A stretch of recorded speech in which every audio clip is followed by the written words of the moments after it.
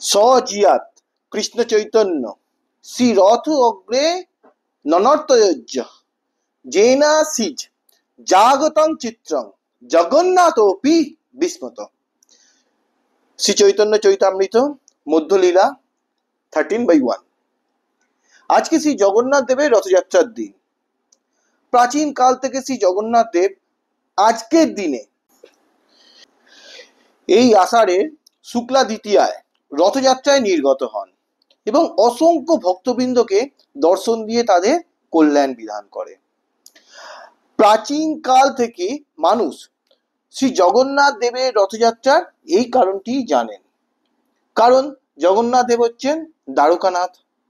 তিনি নিজেই শ্রী উদ্ধবের প্রতি উপদেশ দিতে গিয়ে বলেছিলেন, মদ ভক্তানাং বিনোদার্থাং কারোমি বিবিধ ক্রিয়া। আমার যত চেষ্টা, সব চেষ্টার মূলে একটি কারণ, সেটি হচ্ছে ভক্ত বিনোদন। অতএব লক্ষ লক্ষ ভক্তের নেত্রসুখ বিধান করেন এই রথযাত্রায়। কিন্তু এই রথযাত্রার মধ্যে যে তার নিজস্ব কোনো নিগুড় রস আস্বাদন করার আছে কিনা, শ্রীমন মহাপ্রভু অর্থাৎ শ্রীমন চৈতন্য মহাপ্রভু আবির্ভাবের পূর্বে এই কথা কেউ জানতেন না। তিনি কৃপা করে রথযাত্রায় বহির্গত হন। এতদিন ধরে আমরা সবাই জানতাম যে তিনি ভক্তদের আনন্দ বিনোদন করার জন্য, নেত্রসুখ দেওয়ার জন্য ভক্তরা যে দেখতে পান, সেই কারণে তিনি রথযাত্রায় নির্গত হন। কিন্তু মহাপ্রভু আসার পর এটা একটু শিফট করলো। ব্যাপারটা কি? সকলকে আনন্দ দান করে তিনি ধন্য করেন, এটি তো সকলেই জানেন। কিন্তু মহাপ্রভু জানিয়ে দিলেন যে এই রথযাত্রায় জগন্নাথ দেবেরও নিজস্ব কোনো একটা প্রভূত রসাস্বাদনের কারণ আছে। জগন্নাথ দেবের দর্শন মহাপ্রভুর নিত্যকৃত্য। প্রতিদিনই তিনি দর্শন করেন, আস্বাদন করেন। নীলাচলে রাধারানীর ভাবে তিনি ব্রজমাধুরী আস্বাদন লাভ করেন। স্বয়ং ভগবান ব্রজেন্দ্র নন্দন শ্রী রাধারানীর ভাবকান্তি অঙ্গীকার করেই গৌরাঙ্গ হয়েছেন, এটা আমাদের সকলেরই জানা। এবং শ্রী রাধারানীর নিগুড় রস আস্বাদন করার জন্য হয়েছে, সেটিও আমরা অলরেডি জানি। জগন্নাথ দেব হচ্ছেন দ্বারকানাথ, বলভদ্র আছেন, সুভদ্রাও আছেন জগন্নাথ দেব। যখন মহাপ্রভু শ্রী রাধারানীর ভাবে শ্রী জগন্নাথ দেবকে দর্শন করেন, তখন কোনো দিন তিনি জগন্নাথ দেবকে কৃপা করে তার উৎকণ্ঠা দর্শনে ওই মুরলীধারী বৃন্দাবন হারিণী রূপেই দর্শন করেন। সেদিন তো আর আনন্দের সীমা নাই। কিন্তু যেদিন দেখেন জগন্নাথ, বলদেব, সুভদ্রা সবাইকেই তিনি যখন দেখতে পান, সেদিন কিন্তু তার বুকটা ভেঙে যায়। শ্রী রাধারানী ভাবে দূরে গরুস্তম্ভের পিছনে থেকেই দর্শন করেন, কাঙালিনীর মতো। কেন? যার দর্শনে বুকে জড়িয়ে ধরার প্রচন্ড ইচ্ছা জাগে, কোটি প্রাণ দিয়েও প্রাণের ভিতরে রাখার প্রবল ব্যাকুলতা হয়, তাকে বুকে ধরতে পারছেন না। লোকজন, কোলাহল, হাতি ঘোড়া, সেখানে বলভদ্র এবং সুভদ্রা আছেন শ্রী জগন্নাথ দেবের সঙ্গে। সেই সময় গরুস্তম্ভের তলে একটা বড় খাল ছিল, বর্তমানেও রয়েছে। কবিরাজ গোস্বামী পাদ শ্রী চৈতন্য চৈতামৃতে লিখেছেন, গরুর স্তম্ভের তলে আছে এক নিম্ন খালে, সে খাল ভরিল অশ্রু জলে। এত অশ্রু কেন? মনে মনে কত কথা বলেন। আবার শ্রী চৈতন্য চৈতামৃত থেকে উক্তি আসছেন, অবশেষে রাধা কৃষ্ণে কইলে নিবেদন, সেই তুমি, সেই আমি, সেই নবসঙ্গম। তথাপি আমার মন হরে বৃন্দাবন, বৃন্দাবনে উদার করাও আপন চরণ। ইহা লোকরণ্য হাতি ঘোড়া রথধ্বনি, তাহা পুষ্প অরণ্য ভৃঙ্গ পিক নাথ শুনি। ইহা রাজবেশ সব সঙ্গে ক্ষত্রিয়গণ, তাহা গোপগণ সঙ্গে মুরলী বদন। কি সুন্দর কম্পারিজন দিচ্ছেন। ব্রজে তোমার সঙ্গে সেই সুখ আস্বাদন, সে সুখ সমুদ্রের ইহা নাহি এক কণ।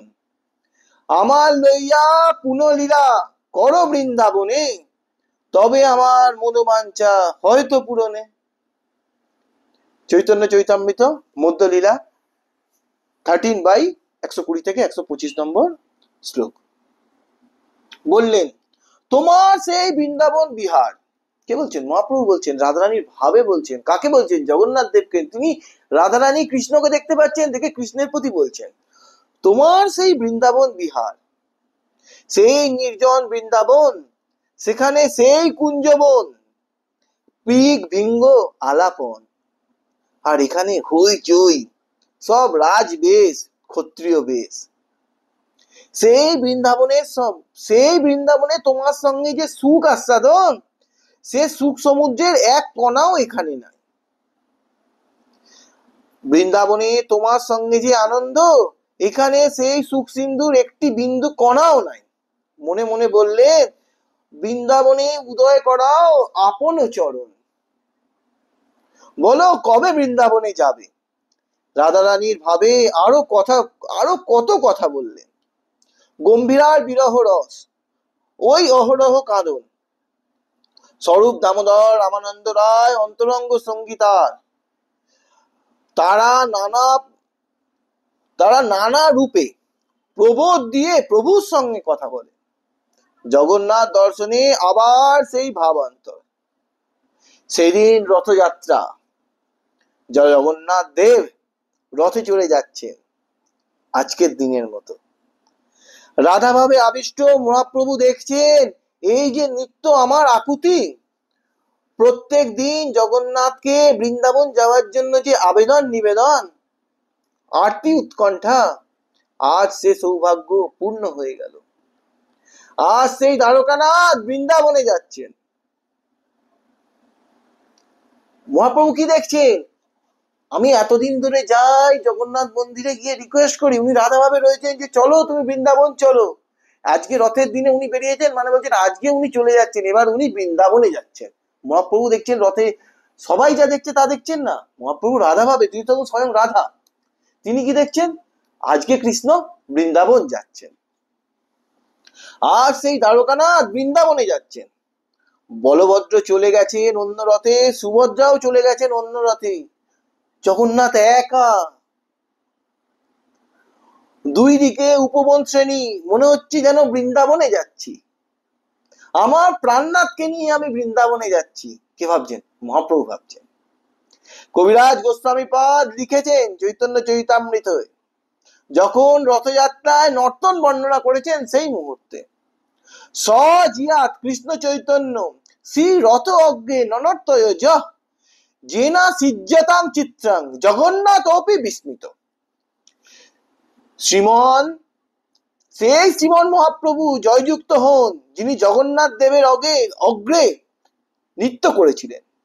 কেবল কি নৃত্য, যেন, তিনি যেন শব্দটি উল্লেখ করেছেন। যে নিত্য দর্শনে অন্যের কথা তো দূরে থাক, স্বয়ং জগন্নাথ অপি বিস্মিত, স্বয়ং জগন্নাথও বিস্মিত হয়েছেন। জগন্নাথের বিস্মিত হওয়ার তো কোনো কারণ নেই, তার একটি স্বরূপ মহাপ্রভু, সে রূপে আস্বাদন করছেন ব্রজমাধুরী। নিজেকে দেখে তো কেউ মোহিত হয় না, আর একটা বিশেষ জিনিস আছে এর মধ্যে, যা রাধা কৃষ্ণ মিলিত বিগ্রহ, ওই যে রসভাব,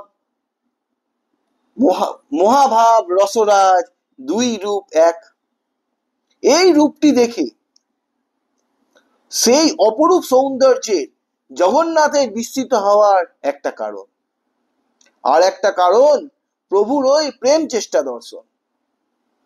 কারণ প্রেম এমন একটা জিনিস, ভক্তেরে নাচায় প্রেমা কৃষ্ণেরে নাচায়। শ্রী চৈতন্য চরিতামৃত কি বলা হয়েছে?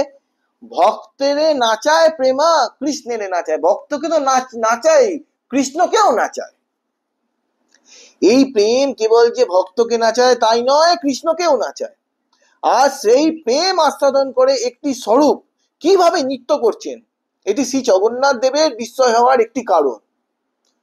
মহাপ্রভু সব গৌরীয়গণ সঙ্গে করে গমন করবেন, 7টি দল করেছে, সামনে 4টি, জগন্নাথের রথের পাশে দুইটি এবং পেছনে একটি। কবিরাজ গোস্বামীপাদ লিখলেন, সেই যে মহাপ্রভুর রথ অগ্রণীয় নর্তন, আর প্রেমিকগণ সকলেই মহাপ্রভুর পার্ষদ, সকলেই মহাপ্রেমিক। সুতরাং যে চিত্র অঙ্কন করেছেন সেই কবিরাজ গোস্বামীপাদ, তার লেখনী দ্বারা তাতে লিখেছেন যে বৈষ্ণবের ঘটা মেঘে হইল বাদল।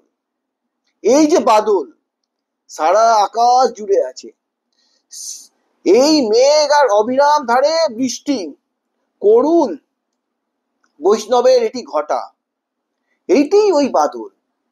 শ্রী বৈষ্ণব ঘটা মেঘে হইল বাদল, সংকীর্তন অমৃত সহে বর্ষে অশ্রু জল। 7 সম্প্রদায়ে বাজে 14 মাদল, যার ধ্বনি শুনি বৈষ্ণব হইল পাগল।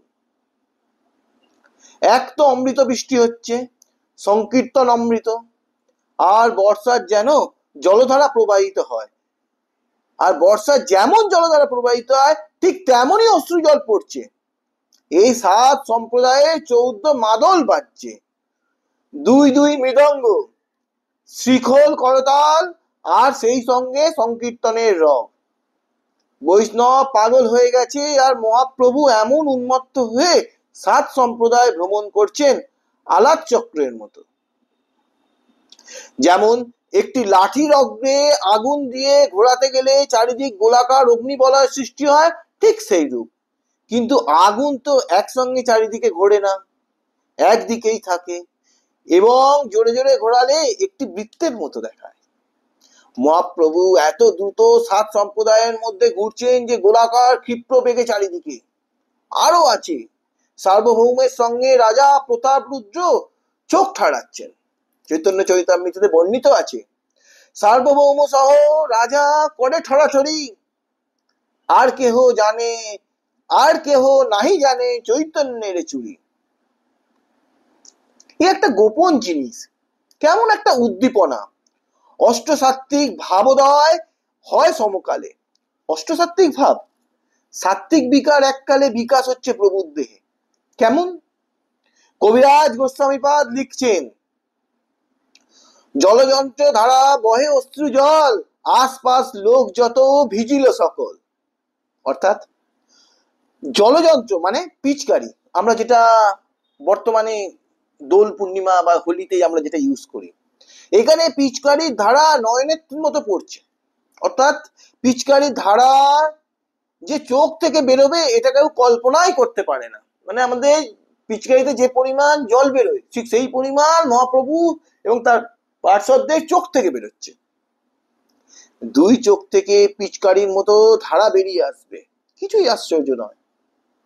এখন ওই আস্বাদনের লীলা, তাতে চরণ গঙ্গা নয়নে এসে গেছে, তাই অত জল, আশপাশ লোক যত ভিজিল সকল। চৈতন্য চরিতামৃতে আবার বর্ণনা করছে, মাংস ব্রণ সহ রোমবিন্দ পুলকিত, শিমুলির বৃক্ষ যেন কণ্টকে বিস্তৃত। এই পুলক যেন ঠিক শিমুলের গাছ।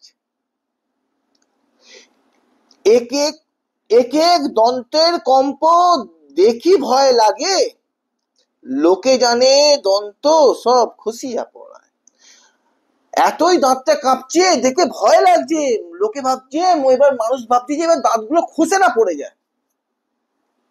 সর্ব অঙ্গ প্রস্বেদ ছুটে, তাতে রক্ত উদ্গম, যজ গগ যজ গগ গদ গদ বচন। এখানে ব্যাপারটি না খুব সুন্দর। যজ গজ, আমরা যখন দেখবেন খুব এক্সাইটেড হয়ে যাই, আমাদের মুখ থেকে শব্দ বেরোয় না, কথা আটকে যায়। এখানেও তিনি জগন্নাথ আর বলতে পারছেন না, উনি কি বলছেন? যজ গগ যজ গগ, মানে ওনার কথা আটকে যাচ্ছেন, উনি এক্সাইটমেন্টে। সর্ব অঙ্গে প্রস্তেদে ছোটে, তাতে রক্ত উদ্গম, যজ গগ গদ গদ বচন। জলযন্ত্র ধারা যেন বহে অশ্রু জল, আশপাশ লোক যত ভিজিল সকল। দেহ কান্তি গৌর কভু দেখিয়ে অরুণ, কভু কান্তি দেখি যেন মল্লিকা পুষ্পসম। কবু স্তব্ধ কবু প্রভু ভূমিতে পড়ায়, শুষ্ক কাষ্ঠ হস্তপদ না হয় চলা, কবু ভূমি পড়ে কবু হয় শ্বাসহীন, যাহা দেখি ভক্তগণের হয় প্রাণহীন। শ্রী চৈতন্য চৈতামৃত মধ্যলীলা। এত আনন্দ কেন? এটি আনন্দের নৃত্য, আনন্দের আস্বাদন। এই যে ভাবছেন আমি আজ আমার প্রাণনাথকে নিয়ে বৃন্দাবন যাচ্ছি, সারা বছর ধরে প্রার্থনা করি, আজ তার ফল। এই চিন্তা রাধারানীর ভাবে। স্বরূপকে বলছেন কিছু পদ শুনতে ইচ্ছে হয়। স্বরূপ দামোদর মহাপ্রভুর সব জানেন, পদ গাইলেন। সেই তো পরাণ নাথ পাইলু, যাহা লাগি মদন দহনে ঝুরি গেলু। ওই গানটা দ্বিপ্রহর পর্যন্ত গাইলেন। কি কহরবে সখী আজুক আনন্দ ওর, চিরদিনে মাধব মন্দিরে যে মোর। এই সমস্ত ভাবনা নানাভাবে প্রভুর আস্বাদন। পাপ সুধাকর যত সুখ দেল, আজ হরিমুখ দর্শনে তত সুখ ভেল। আঁচল ভরাইয়া যার মহানিধি পায়, তবু হাম প্রিয়া দূর দেশে না ঠায়। এইসব গান আস্বাদন করেন স্বরূপের সঙ্গে। নৃত্য করতে করতে বিবশ সেই আস্বাদনে, সেই আনন্দে একটি শ্লোক পাঠ করছেন। যেদিন রাধারানী কুরুক্ষেত্রে গেলেন, রাধারানী আসলে কোনোদিন কুরুক্ষেত্রে যাননি। যেমন কৃষ্ণ কোনোদিন বৃন্দাবন ছাড়েননি, ঠিক তেমনি মূল যিনি রাধারানী, যিনি বৃষভানু নন্দিনী, তিনিও বৃন্দাবন ছাড়েন না, বৃন্দাবনেই আছেন। তবে হ্যাঁ, আমরা দেখতে পাই ভগবতে যে রাধারানী কুরুক্ষেত্রে গেছেন, গোপীগণও গিয়েছেন সেখানে ওই সূর্যগ্রহণ উপলক্ষে। দ্বারকানাথও এসেছেন, সকলের সঙ্গে সাক্ষাৎকারও করেছেন। শ্রী রূপ গোস্বামী পাদের বর্ণনায় যে রাধারানীর সূর্যালোকে গিয়েছেন, যেমন সেটি মাথুর বিরহ। ব্যাপারটা কি? এক ক্ষেত্রে বলা হচ্ছে রাধারানী কোনোদিন বৃন্দাবন ছাড়েননি, আবার রাধারানী কুরুক্ষেত্রে গেছেন। ব্যাপারটা কি একটু ডিটেলে বলা যাক। রাধারানী দুটি প্রকাশ। বৃষভানু নন্দিনী তিনি হচ্ছেন মূল, তিনি বৃন্দাবন ছাড়েন না। একটি প্রকাশ হচ্ছেন সূর্যালোকে যান, তাকে বলা হয় বিয়োগিনী রাধা। আর যিনি কুরুক্ষেত্রে আসেন তাকে বলা হয় সংযোগিনী রাধা।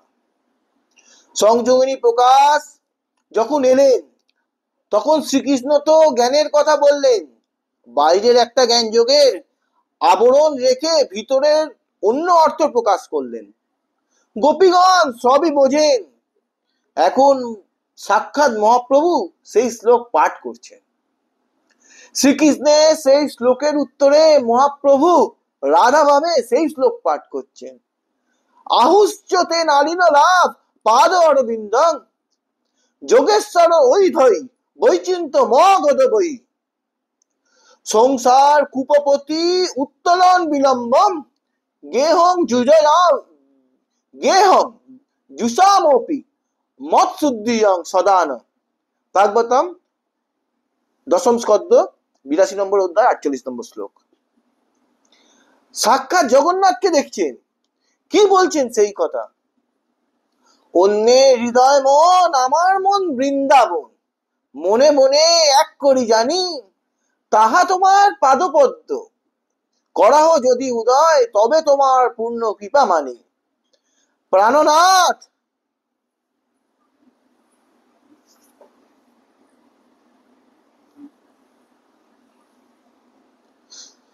প্রাণনাথ শুনো মোর সত্য নিবেদন, ব্রজ আমার সদন, তাহা তোমার আমার সঙ্গ। না পাইলে না রহে জীবন, পূর্বে উদ্ধব দ্বারে এই সাক্ষাৎ আমারে। যোগ জ্ঞানে কহিল উপায়, তুমি বিদগ্ধ কৃপাময়, জানো আমার হৃদয়। মোরে হইছে কহিতে না জুজায়, নাহে গোপী যোগেশ্বর তোমার পদকমল। ধ্যান করি পাইবে সন্তোষ, তোমার বাক্য পরিপাটি, আর যত কুটিনাটি। শুনি গোপীর বারে আরো রোষ, দেহ স্মৃতি নাই যাব সংসার খুব তার, তা হইতে না চাহে উদ্ধার, বিরহ সমুদ্র জলে কাম তিমিঙ্গলে ঘিরে গোপীগণে লহ তার পার। দেখো, বৃন্দাবন থেকে এই মনকে আমি বের করতে পারি না। বৃন্দাবন যে আমার মন, তুমি তো এত দূরে। যখন সান্ত্বনা দিতে পাঠান তখন উনি জ্ঞান যোগের কথা বলেছেন, ভেতরে অবশ্য অন্য কথা বলছেন। মহাপ্রভু এর আস্বাদন করছেন, বলছেন জ্ঞান যোগে কথা বলছো, তোমার ধ্যান করে আমরা আনন্দ পাবো। কথা শুনে গোপী আরো রেগে যাচ্ছেন, তুমি আমাদিগকে সংসার সুখের কথা বলছো। এক তো ব্রজভূমি ছাড়তে পারছেন না, তোমাকে না দেখলে মরে যাচ্ছে। বৃন্দাবনের নিজের চরণ উদয় করো, ব্রজবাসী তোমার পাদপদ্ম দর্শন করে ধন্য কৃতার্থ হবে। এই রাধারানীর ভাবে ব্রজরসের আস্বাদন আমরা বৃহৎ ভগবদামৃতে দেখতে পাই। এই যে দ্বারকা লীলা, দ্বারকা লীলায় ব্রজলীলায় চরম আস্বাদন। দূর থেকে বস্তুর আস্বাদন যত আকর্ষণ সম হয়, কাছে তত হয় না। এই যে ব্রজবাসীর ভাব নিয়ে কোন কবি লিখেছিলেন, চাঁদ যতদিন সাহিত্যে ছিল ততদিন সে ছিল সুধাকর, সবাই বলতে। আজ বিজ্ঞান হাতে পড়ে চাঁদের কাছে পৌঁছে গেছে এবং আজ তারা কলঙ্ক পার করে দিয়েছে। তাদের কাছে আজ চাঁদে জল নেই, বাতাস নেই, মানুষ নেই, প্রাণী নেই, কিচ্ছু নেই। এই পুরা চন্দ্রলোক কাছে এলো বলে তো, নাহলে তো জানতেই পারতাম না। মানুষ চাঁদে গেল, তাই দেখলো। তাই দূর থেকে সুধাকর, কাছের থেকে চাঁদ সুধা নয়।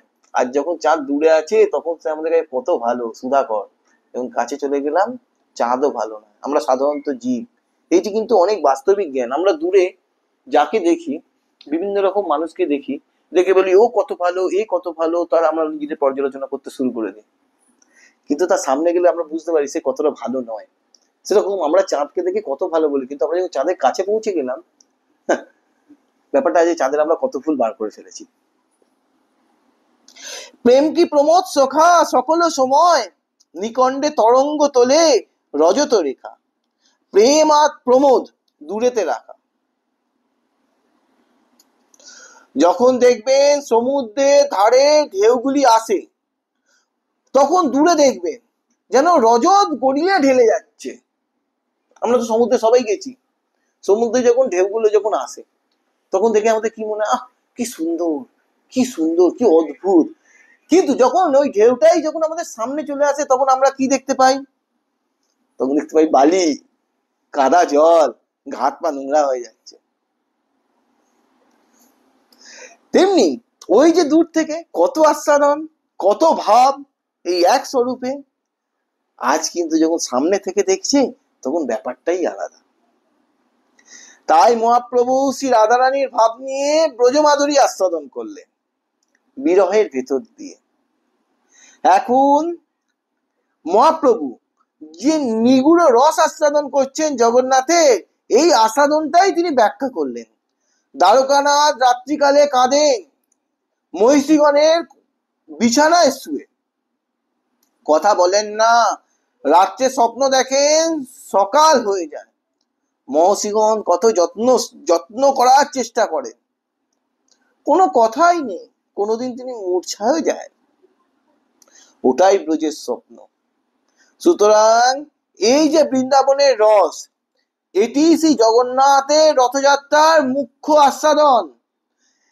তিনি দেখছেন, তার ভক্ত ভাবছেন যে তিনি বৃন্দাবনে যাচ্ছেন, অর্থাৎ তিনি ব্রজধামে গেছেন। অর্থাৎ তিনি ব্রজধামে গেলেন, আবার ফিরেও এলেন। কেউ বলেন মাসির বাড়ি গেলেন। এই জন্য গৌড়ীয় বৈষ্ণব যারা, তারা উল্টো রথ দেখেন না। যেমনি রথ পার হয়ে যায় তার পরের দিনই গাড়ি ধরেন একেবারে হাওড়া। ওটা আমাদের দেখতে নেই, যেহেতু আমরা ব্রজরসের উপাসক। নমস্কার, ধন্যবাদ।